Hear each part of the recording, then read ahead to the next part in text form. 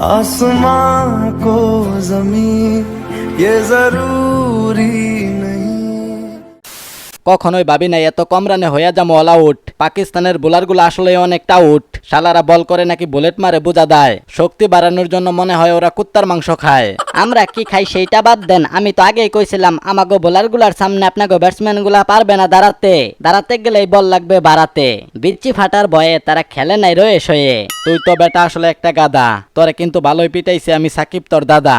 এইটা ঠিক, সাকিব আর মুশফিক আমাগো বোলারগুলার একটু জ্বালাইছে, বাকি ব্যাটসম্যানগুলা চুল ফালাইছে। লিটনের দিয়া করছিলাম একটু আশা, কারণ পোলাটার শক্তি আছে, দেখতে একদম খাসা। সেও হইছে ব্যর্থ। দলের জন্য কেউ খেলে না, সবাই দেখে যার যার স্বার্থ। নিঃস্বার্থভাবে দলের জন্য আমি খেলি। গতকালকে 0 রানে আউট হওয়ার পর পাবলিক দিছে গালি। পরের ম্যাচগুলাতে ভালো খেলার জন্য নিজেরে প্রস্তুত কর। আবার 0 রানে আউট হলে কিন্তু 2 গালে খাবি চর।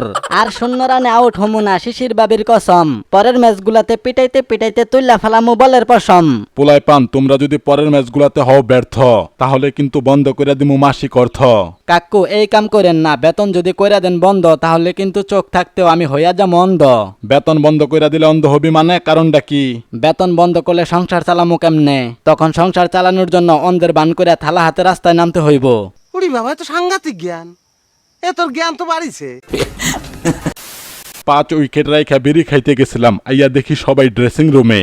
পাকিস্তান ভালো টিম, নাম্বার 1 টিম, সেটা স্বীকার করেন সরাসরি। মুশফিক সাকিব দুইজনেই বুল শটে আউট হইছে, না হলে তোদের খবর ছিল। এরকম ব্যাটিং স্বর্গে আপনারা ডাব্বা মারছেন, তাই খেলাধুলা বাদ দিয়া বাড়িতে যাইয়া ঘোড়ার ঘাস কাটেন গা। আমি নিজে কথা দিছিলাম গতকালকে যদি বাংলাদেশ টিম জিতে তাহলে আজকে আমি বিয়ে করব, কিন্তু তা আর হলো না। তোরে তো আগেই কইছিলাম মায়ের দোয়া টিমকে সাপোর্ট না করে আমাকে পাকিস্তানের সাপোর্ট কর, কিন্তু তুই তো আমার কথা শুনলি না। হাড্ডি কখনো গুস্ত হইতে পারে না, আর পাকিস্তান কখনো দুস্থ হইতে পারে না, বুঝলেন? আমি বুঝছি। ডিয়ার পাকিস্তান, ক্রিকেট মাঠ বাদ দাও, পারলে আবার যুদ্ধের মাঠে আসো। বলেন আপনাকে যা মন চায় তাই বলেন। বাপ দাদারা যুদ্ধে হাইরা গেছে, সেইটার ফল এখন আমরা বুক করতাছি। তবে সত্যি কথা বলতে বাংলাদেশের ওয়ানডে ম্যাচ মানে 30 ওভারের পর আল্লাহ ভরসা।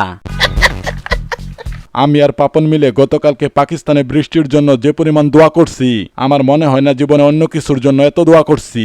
বাংলাদেশের জন্য ওডিআই ম্যাচ 30 ওভার করার জোর দাবি জানাচ্ছি। ওই মিয়া সুযোগ পাইয়া এত অপমান করেন না, সব কিন্তু সুদে আসলে পোষায় আনিমু একদিন।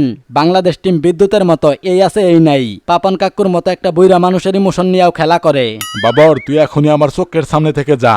যাও যাও, দোয়া করি তোমাকে, দোয়া করি ভালো থেকো, ব্যবসা বাণিজ্যে আয় উন্নতি হোক, কোনো সমস্যা নাই।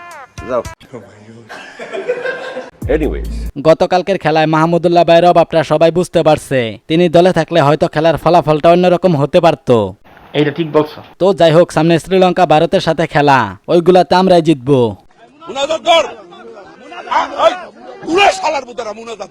তো সবাই ভালো থাকবেন, সুস্থ থাকবেন, দেখা হবে নতুন কোনো ভিডিওতে। ততক্ষণের জন্য আলবিদা।